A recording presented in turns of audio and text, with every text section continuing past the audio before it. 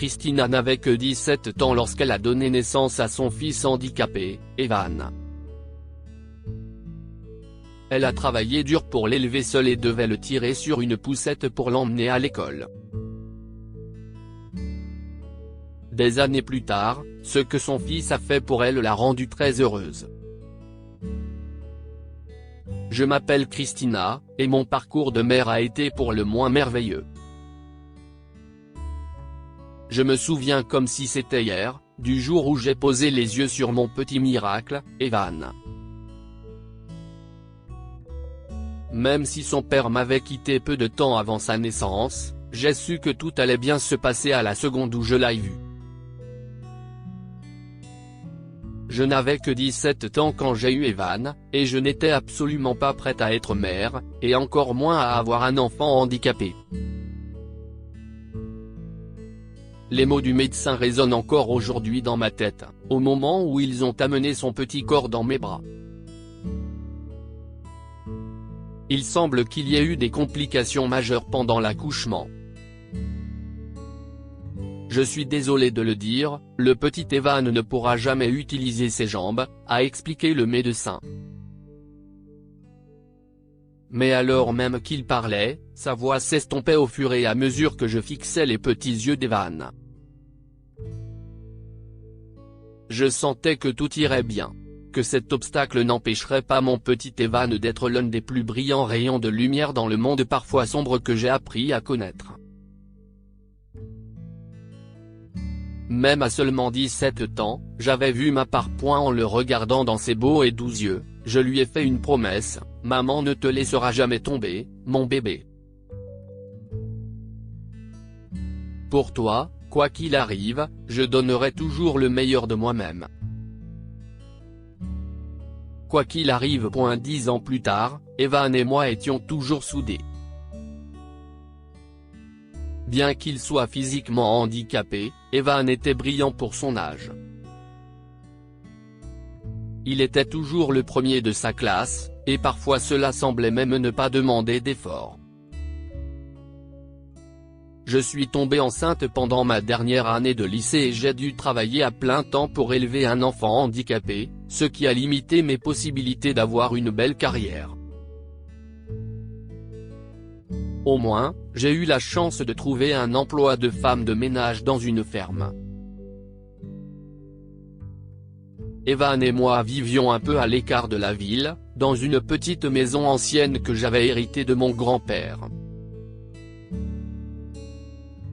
Cela rendait donc les choses difficiles car Evan allait à l'école en ville. Depuis son plus jeune âge, j'ai toujours encouragé Evan à donner la priorité aux études. Ce n'était pas parce qu'il avait des difficultés physiques, mais parce que je pensais sincèrement qu'il était doué pour les études.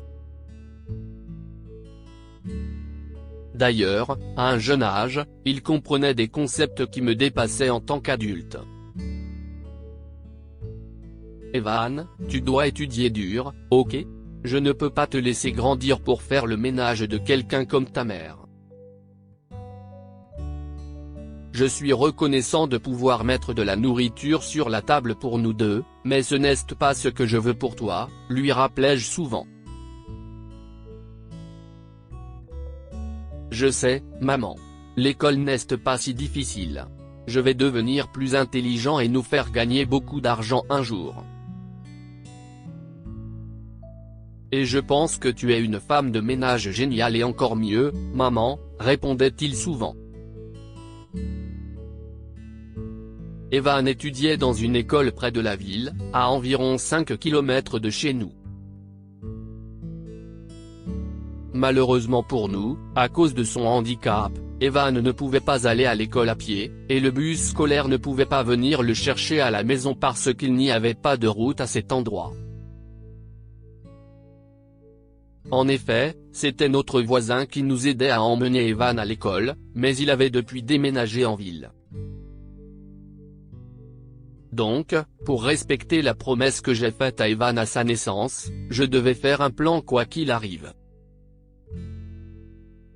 J'ai décidé d'amener personnellement Evan à l'école tous les jours. je l'emmenais à l'école dans une poussette et, en hiver, dans une luge. Je faisais les 5 kilomètres à pied pour aller et revenir de l'école. Et heureusement pour moi, mon travail à la ferme m'avait rendu un peu plus apte que la plupart des gens. Ce n'était pas une mince affaire pour mon fils et moi, mais il fallait le faire. Tout ce que Van voulait, c'était aller à l'école et faire de son mieux pour que les choses puissent un jour s'améliorer. Evan n'était pas comme les autres enfants que j'ai rencontrés, et je ne dis pas ça seulement parce que si est mon fils. Dès son plus jeune âge, il était déterminé à s'occuper de nous. Il reconnaissait que je faisais ma part en le nourrissant, en l'abritant et en l'amenant à l'école. Et malgré ses difficultés physiques, il croyait vraiment qu'il avait la capacité et la responsabilité de changer un jour notre vie. Comme si le fait d'aller à l'école et d'en revenir n'était pas un mal de tête suffisant, certains enfants de l'école d'Evan ont commencé à s'en prendre à lui. J'étais habitué à recevoir des insultes ici et là au fil des ans, mais les enseignants de son école nous avaient assuré que ce ne serait pas un problème. Ce qui n'a malheureusement jamais été le cas, selon Evan. En fait, les choses ont tourné au vinaigre lorsque j'ai commencé à emmener Evan à l'école dans une poussette. Même lorsque mon fils et moi nous approchions de l'école, j'entendais certains de leurs commentaires. « Et, Evan, tu portes aussi une couche ?» se moquait un enfant. « Maman va changer ta couche avant la classe, Evan ?» ajoutait un autre. Si ça n'avait tenu qu'à moi, j'aurais donné mon avis à ces enfants impolis. Mais heureusement pour nous, Evan était mature pour son âge et a su gérer la situation différemment. Il m'a souvent demandé de ne pas leur parler et un jour il m'a dit « Maman, si ça ne me dérange pas, ça ne devrait pas te déranger. » Mais ça me dérange, Evan. Tu es mon fils. Tu ne mérites pas d'être traité comme ça, ai-je dit. Je sais, maman. Mais plus je passe de temps à me défendre et à expliquer notre situation, moins j'ai de temps pour me concentrer. Souviens-toi de notre situation, maman, a-t-il répondu. J'avais déjà eu quelques conversations avec le principal, mais j'ai laissé tomber après cette conversation. Evan était très convaincant, même lorsqu'il était enfant. Je suppose que c'était une sorte de présage de ce que la vie allait lui apporter plus tard. De plus, une partie de moi était soulagée que, même s'il se faisait taquiner à l'école, c'était plus parce qu'il voyageait dans une poussette que parce qu'il était handicapé. Nous plaisantions parfois à ce sujet, surtout lorsque les enfants se sont lassés de le taquiner. Nous plaisantions de tout, même de son handicap. Si est une partie de toi. Pas une faiblesse ou un secret. J'ai un double menton, et tes jambes ne fonctionnent pas bien. Qui s'en soucie? Le plus important, c'est ce qu'il y a à l'intérieur. Souviens-toi toujours de ça, Evan. Et ne laisse personne te dire le contraire, lui ai-je dit. Au fil des années, Evan est devenu plus persistant dans son objectif de bien étudier et de nous aider à sortir de nos circonstances difficiles. Il y avait un sens particulier de la détermination chez Evan. Une détermination qui n'a fait que se renforcer au fil des ans et que je n'avais jamais vue chez moi ou chez son père. Je me disais souvent, Seigneur, qu'ai-je fait pour mériter un tel enfant? Es-tu sûr qu'il est de moi? Il était vraiment remarquable, et son handicap le rendait encore plus étonnant. Je connaissais des personnes en parfaite santé qui ne pourraient jamais être aussi rayonnantes, inébranlables et confiantes. Evan a commencé à avoir de la peine pour moi, car plus il grandissait, plus il était difficile pour moi de l'emmener à l'école. Cependant, j'ai tenu ma promesse et je l'ai emmené à l'école. Finalement, certains parents de l'école ont entendu parler de notre situation et le père d'un élève a proposé d'amener Evan sur le sidecar de sa moto. Evan a fini par obtenir son diplôme avec mention et a obtenu une bourse complète pour une université de la ville. C'était une université prestigieuse, et je n'aurais pas pu être plus heureuse pour lui. Mon visage était rempli de larmes lorsque j'ai lu sa lettre d'acceptation. N'ayant jamais eu la chance d'aller à l'université, j'ai eu l'impression que c'était aussi ma victoire. Ne pleure pas, maman. Ce n'est que la première étape, je dois encore avoir mon diplôme. N'oublie pas le grand projet, a-t-il rappelé alors que nous nous embrassions chaleureusement. Evan avait choisi d'étudier l'informatique principalement à cause de la perspective de travailler à la maison.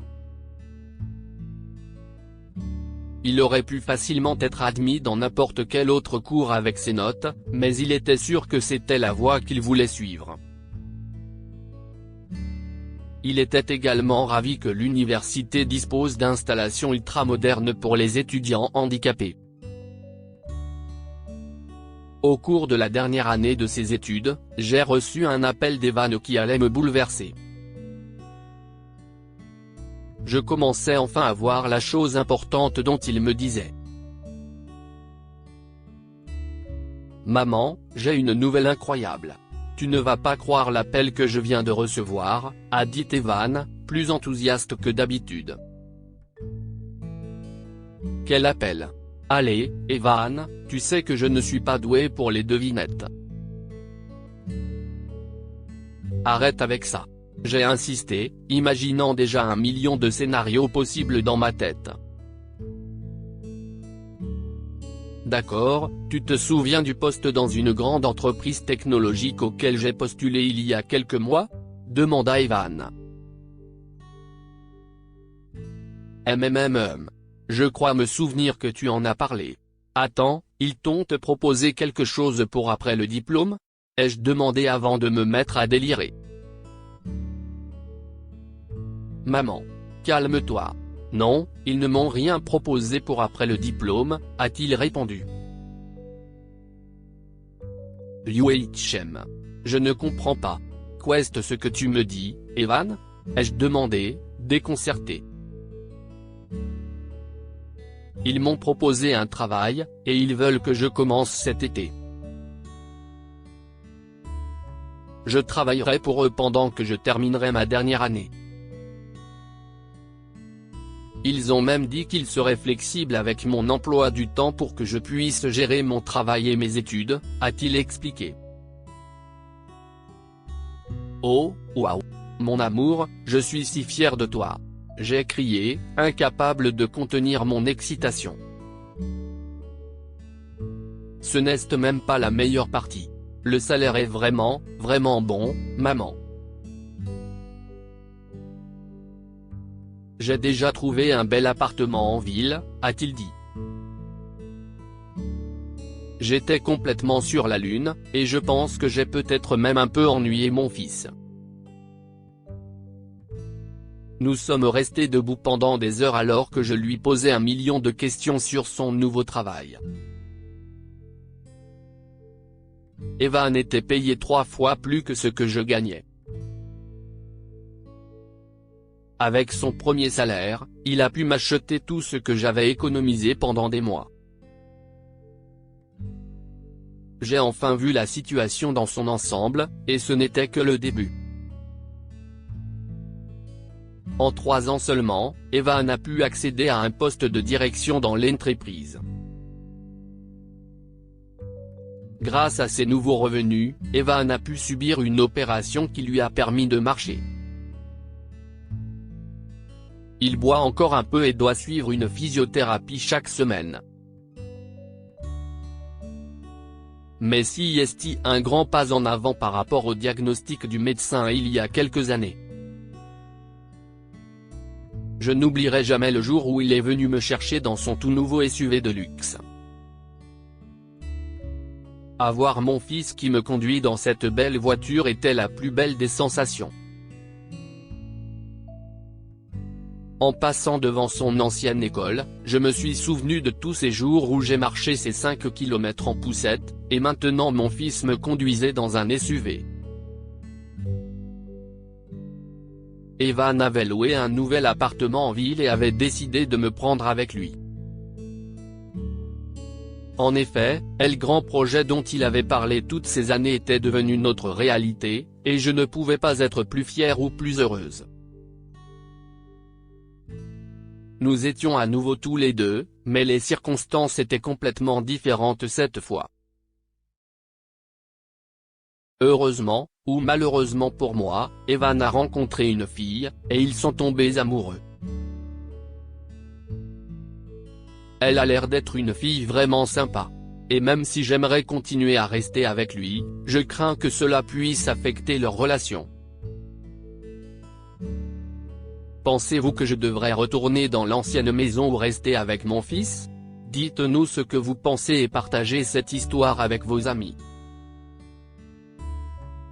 Elle pourrait égayer leur journée et les inspirer.